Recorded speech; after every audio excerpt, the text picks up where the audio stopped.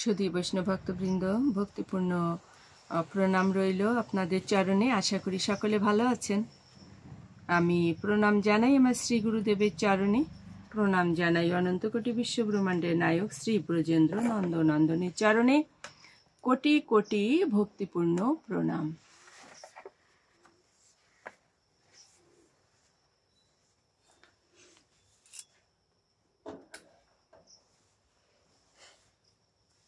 সুধী বৈষ্ণব ভক্তবৃন্দ, ধারাবাহিক অনুযায়ী আজ আমরা শ্রীমদ্ ভগবদ গীতার দ্বিতীয় অধ্যায়ের 56 নং শ্লোকটি উপস্থাপন করব।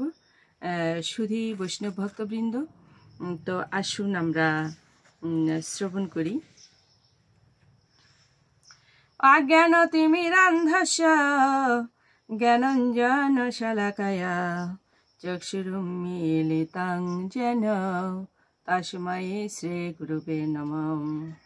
শ্রী চৈতন্য মনোভীষ্ট স্থাপিतं যেন ভূতলে স্বয়ং রূপ কদময়ং দদতি সপদন্তিকং বন্দে অহং শ্রী গুরু শ্রীতপাদ কমলং শ্রী গুরুন বৈষ্ণবং চ শ্রীরূপং সাগ্রজাতং সহগণ রঘুনাথং বিতং তং সজীবং সাদ্বৈতং সাবধূতং পরিজন সহিতং কৃষ্ণ চৈতন্য দেবং শ্রী রাধা কৃষ্ণ পাদং সহগণ ললিতান শ্রী বিশাখানিতং চ। নমো বিষ্ণুপাদায় কৃষ্ণ পৃষ্ঠায় ভূতলে শ্রীমতে মহানাম স্বামিনীতে নমামি হে। বাঞ্ছা কল্পতরুভ্যশ্চ কৃপা সিন্ধুপায়েব চ পতিতানাং পাবনেভ্যো বৈষ্ণবেভ্যো নমো নমঃ। গুরু কৃপা হি কেবলম, গুরু কৃপা হি কেবলম, গুরু কৃপা হি কেবলম। ওম বন্দে ব্রহ্ম শিবরাধং পঞ্চতত্ত্বস্বরূপিণং শ্রীহরি পুরুষং বন্দে শ্রী জগৎবন্ধু সুন্দরম। ওম হে কৃষ্ণ করুণা সিন্ধু দীনবন্ধু জগৎপতে গোপেশ গোপিকা কান্ত রাধাকান্ত নমস্তুতে।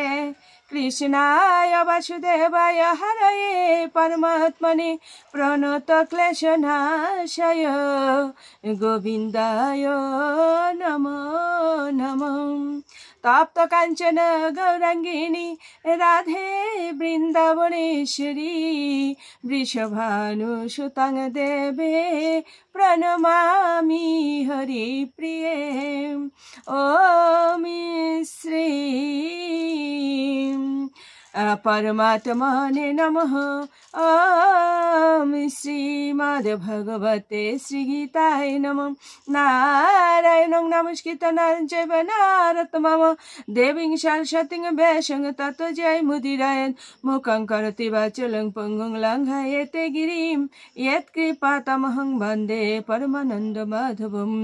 ওম নমো ভগবতে বাসুদেবায়, নমো ভগবতে বাসুদেবায়, নমো ভগবতে বাসুদেবায়।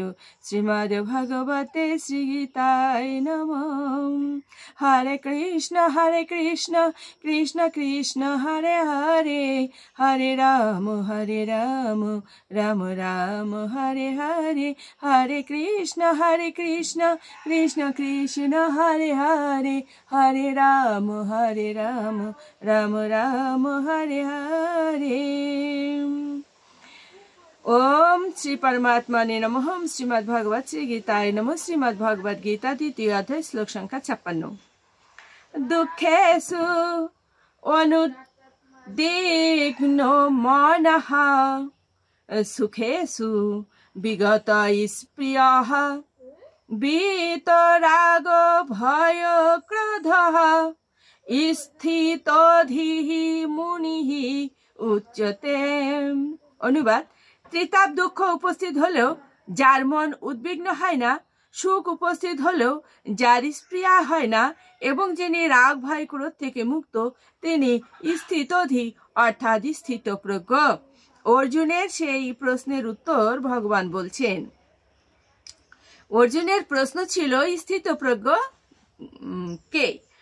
তো ভগবান বলছেন যে ত্রিতাপ দুঃখ যখন মানুষের উপস্থিত হয়, তো সেই উপস্থিত হওয়ার পরেও যার মন উদ্বিগ্ন হয় না, সুখ উপস্থিত হলেও যার স্প্রিয় হয় না, অর্থাৎ আহ্লাদিত হন না, যিনি রাগ ভয় ক্রোধ থেকে মুক্ত, তিনি স্থিতধী অর্থাৎ স্থিতপ্রজ্ঞ।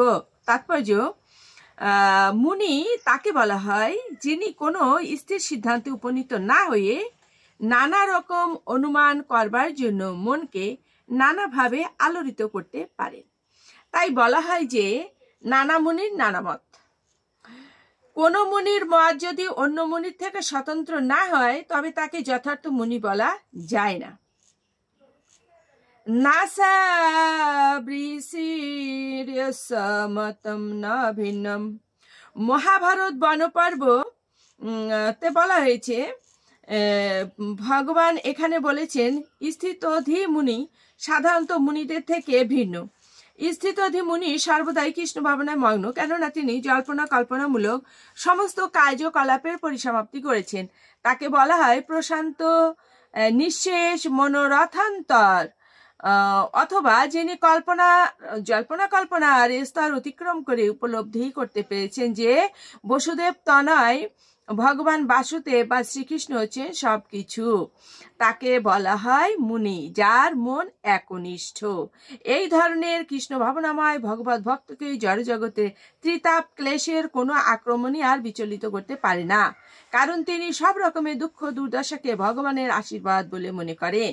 তিনি মনে করেন তার পূর্বকৃত অসৎ কর্মের ফলস্বরূপ আরো দুঃখ দুর্দশা তার একমাত্র প্রাপ্য, কিন্তু ভগবানের অহৈতুকী করুণার ফলে তার সেই সমস্ত দুঃখ দুর্দশার ভার অনেক লাঘব হয়ে গেছে। তেমনি যখন তার সুখানুভূতি হয় তখন তিনি নিজেকে সুখের অযোগ্য বলেই মনে করেন।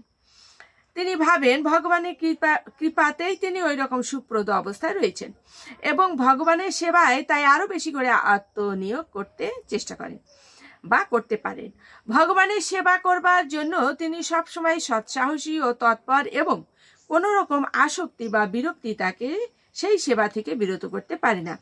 নিজের ইন্দ্রিয়তৃপ্তি করার আকাঙ্ক্ষাকে বলা হয় আসক্তি, এবং এই ধরনের ইন্দ্রিয়তৃপ্তির আকাঙ্ক্ষা না থাকলে বলা হয় বিরক্তি। কিন্তু যিনি কৃষ্ণ ভাবনায় অবিচলিত, তার কোনো কিছুর প্রতি আসক্তিও নেই, বিরক্তিও নেই, কেননা ভগবানের সেবায় তিনি নিজেকে সম্পূর্ণভাবে উৎসর্গ করেছেন। তাই তার কোনো প্রচেষ্টা ব্যর্থ হলে তিনি ক্রোধান্বিত হন না, সফল হন বা ব্যর্থই হন, তিনি তার সংকল্পে সর্বদাই একনিষ্ঠ। শুধু বৈষ্ণব ভক্তবৃন্দ, ইয়ে থেকে আমরা এই সিদ্ধান্তে উপনীত হতে পারি ভগবানের উপদেশামৃত থেকে যে যিনি শুদ্ধ ভক্ত বা প্রকৃত ভক্ত, তিনি সুখে আহ্লাদিত হন না, দুঃখে বিচলিত হন না, তিনি সবসময় একরকম থাকেন। একেই বলা হয় হচ্ছে স্থিত